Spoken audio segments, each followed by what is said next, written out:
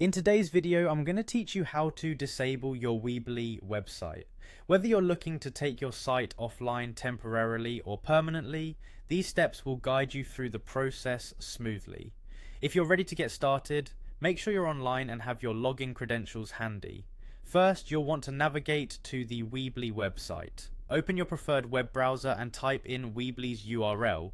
This will take you to the home page where you can find various features that Weebly offers for website building and management.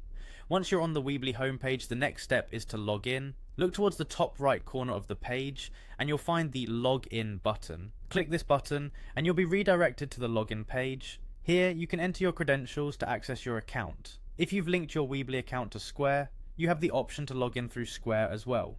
Simply click Login with Square, which will use your Square credentials to access your Weebly account. Now that you're signed in, you'll arrive at your account dashboard. Here, you'll see an overview of your websites. Focus your attention on the Overview section. This area provides a brief summary of your site's performance and settings. Go ahead and click on the Overview link to proceed. It will present various options to manage your site. From the overview page, the next step is to access the site preferences. You'll find site preferences listed among other site management features. Select this to open up a menu where you can modify general settings and preferences for your site.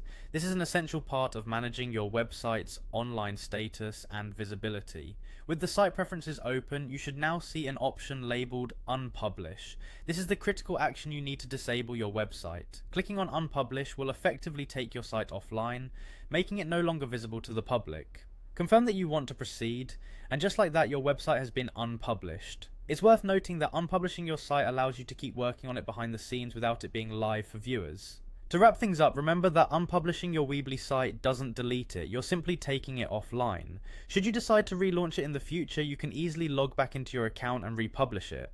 Managing when your site is accessible on the web is an essential tool for maintaining control over your online presence, ensuring you can update or make necessary changes before sharing with the world again.